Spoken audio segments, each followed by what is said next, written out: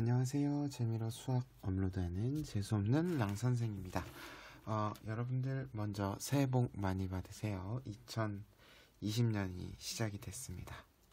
네, 그래서 저도 새마음 새뜻으로 여러분들 방과 후 수업하기 전에 미적분 수업에 관련돼서 영상을 좀 올려보려고 합니다. 그래서 오늘은 이제 수열의 극한에 대해서 같이 좀 이야기를 나눠보려고 해요.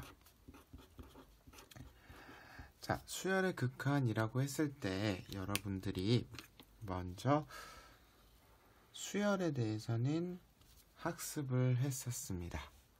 여러분들 고등학교 1학년 2학기 때 수학에서 수열에 대해서 배웠는데, 우리가 수열을 이제 보통 AN 혹은 BN 해서 n번째 항 이렇게 표현을 했었던 거 기억나시나요? 그래서 수의 나열에서 규칙성을 찾고 여기 긴장이 되나? 이렇게 우리가 수의 나열을 수열이라고 하는데, 이 수열의 나열에서 이 AN, BN을 각각 n번째 항이라고 하고, 이 n번째 항을 어떻게? 이 n번째 항에 대한 일반항, 일반적인 형태, 쉽게 말하면 n에 관한 식으로 표현하는 거, 이거에 초점을 맞춰서 공부를 했던 것 같아요. 기억나시나요? 연필로 쓰면 안 보이네. 연필로 쓰면 안 되겠다. 네, 자, 그래서 우리가 이 n번째 항을 찾는 거에 초점을 뒀는데, 자, 이번에는 우리가 수열의 극한이라고 써져 있죠. 자, 극한은 우리가 리미트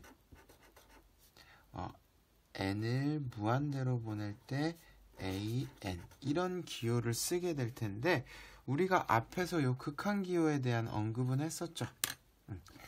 그때 우리가 이제 그 극한 기호에 대해서 우리가 함수의 극한을 배웠었는데, 그때는 요 n이 아니라 x였어요. 기억나세요? 그리고 여기가 an이 아니라 fx였어요. 무슨 말이냐면, 우리가 리미트 x를 무한대로 보낼 때 fx라는 함수의 극한에 대해서도 공부를 했었는데, 이 두 개의 차이점은 뭐냐면, 자, 우리가 보통 함수의 극한은 정의역이 뭐가 됐어요?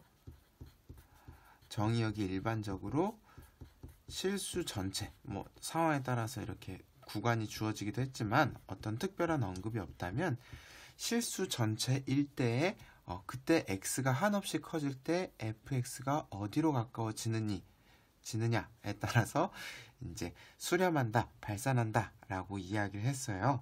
자, 그러면 수열의 극한에서는 요 an을 여러분들 기억하고 있는 친구들도 있겠지만, 이 수열은 정의역이 뭐인 함수라고 생각할 수도 있냐면, 정의역이 자연수인 함수라고 생각을 할 수도 있습니다. 그러니까 첫 번째 항이 얼마, 두 번째 항이 얼마, 이렇게 매칭을 시켜주기 때문에 함수라고 생각할 수 있고요. 때문에 여기 x가 한없이 커지는 게 아니라 요 n, 이 자연수 값이 한없이 커질 때, 그 10번째 항, 100번째 항, 1000번째 항, 이 n번째 항이 계속해서 커질 때 그 수열이 값이 가까워지는지 아닌지를 우리가 궁금해 하겠다라는 거예요. 여기까지 괜찮나요? 자, 그러면 우리가 기본적으로 극한이니까 우리가 이 극한 값은 어떤 케이스를 가질 수가 있냐면, 두 가지 케이스를 가질 수가 있어요. 먼저 알파에 수렴한다 라고 이야기를 할 수도 있고요. 그 다음에 발산한다. 이건 우리가 기존에 알고 있는 두 가지 케이스가 동일한 거죠.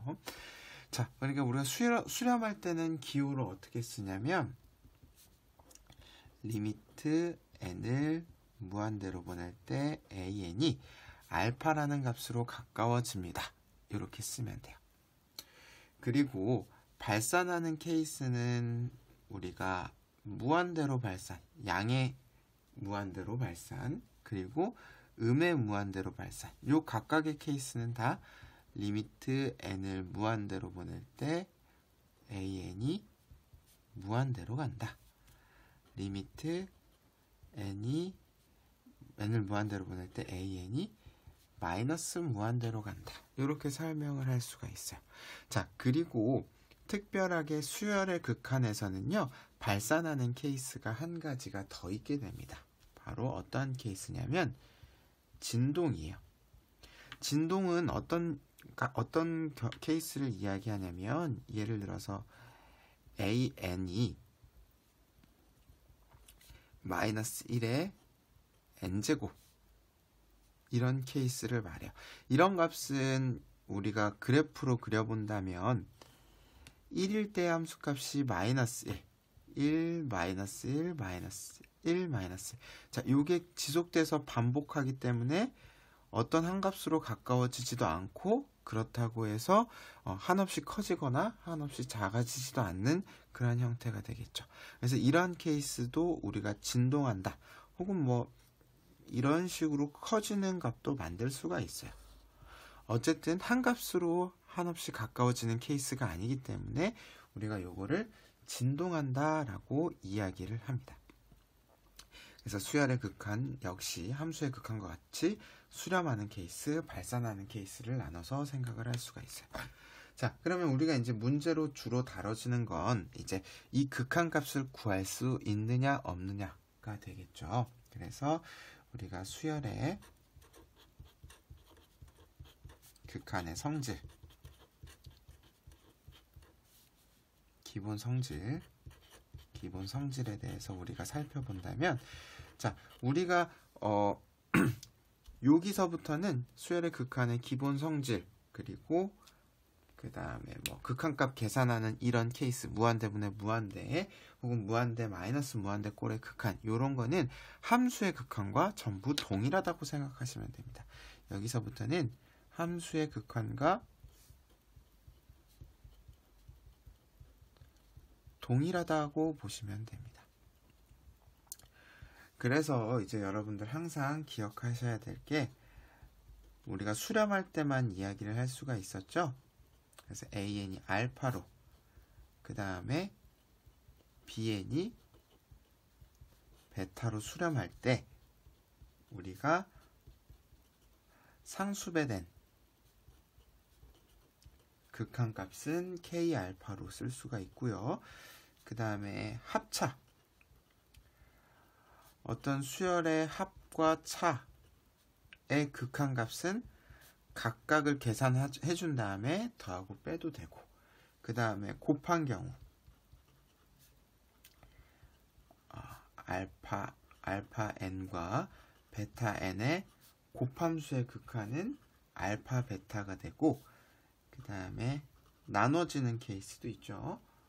자, bn분의 an의 극한값은 베타분의 알파가 된다. 뭐 당연히 이 경우에는 분모가 0이 되면 안 된다는 가정하에 우리가 수열의 극한의 기본 성질을 이렇게 살펴볼 수가 있습니다.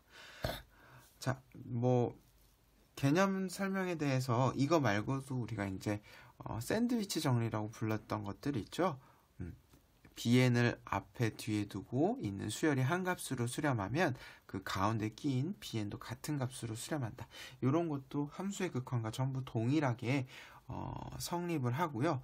하나만 더 짚고 넘어가자면 우리가 이제 부분 수열이라는 거예요. 요거까지만 하고 영상 마무리할게요. 영상을 찍으면서도 여러분들이 집중을 안 할까봐 언제 끝난다고 지금 공지를 하고 지금 설명을 하고 있는데, 자, 부분 수열은 뭐냐면 우리가 이제 an이라는 수열이 있으면 이 수열은 이렇게 첫 번째 항, 두 번째 항, 세 번째 항, 네 번째 항, 다섯 번째 항, 이런 항들이 있는데, 이런 항들에서 중간에서 어떻게 몇 개를 선택한 수열들을 얘기해요. 그럼 이 an에서 짝수항을 뽑은 수열은 a2n이 되는 거고요. 홀수항을 뽑은 수열은 a2n-1, 이렇게 되고요. 혹은 뭐 an-1이라든지 an 플러스 1이라든지 an 플러스 2 요런 거는 기존에 있던 수열과 어떻게 될까요? 한 개 항이 뒤로 가서 시작하는 거죠. 이건 시작이 뭐 두 번째 항, 세 번째 항, 네 번째 항 이렇게 된다든지 요거는 세 번째 항, 네 번째 항, 다섯 번째 항 이런 식들의 an에 관련된 부분 수열들이 이렇게 종류별로 있는데 자, 이제 하고 싶은 말이 뭐냐면 원래 수열 리미트 n을 무한대로 보낼 때 an의 값이 수렴을 한다라는 이야기는요. 부분 수열 역시 어떻게 된다라는 이야기를 할 수 있을까요? 부분 수열도 알파로 수렴한다라는 이야기를 할 수가 있습니다. 어차피 우리가 한없이 커질 때 그 값이 어디로 가까워지는지 여기의 값이 궁금한 건데 이 값이 이제 알파로 가까워진다 라고 한다면 여기서 몇 개를 추려서 어떤 값으로 가까워지는지 혹은 얘보다 좀 나중에 뒤에서 시작한다든지 앞에서 시작한다든지 어쨌든 그 부분 수열도 역시 얼마로 수렴할 수밖에 없다? 알파로 한없이 가까워질 수밖에 없다라는 이야기를 할 수가 있어요. 물론 이제 역은 성립하지 않습니다. 발레는 여러분들이 한번 찾아보세요.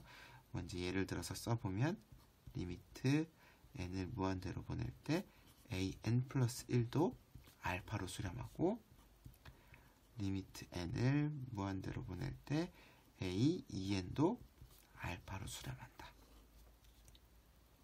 자, 뭐 이런 이야기들을 할 수가 있습니다. 자, 마지막 부분이 좀 잘 안 보였군요. 네, 오늘 제가 준비한 내용은 여기까지고요. 계속해서 여러분들 방과 후 진도에 맞춰서 영상을 올려보려고 노력을 할 텐데 여러분들이 많이 보고 또 구독도 하고 좋아요도 눌러줘야지 제가 힘이 나니까 여러분들이 많은 관심 가지고 영상 보고 수업에 들어오거나 혹은 복습 때 사용하셨으면 좋겠습니다. 네, 그러면 여기까지 하겠습니다. 감사합니다.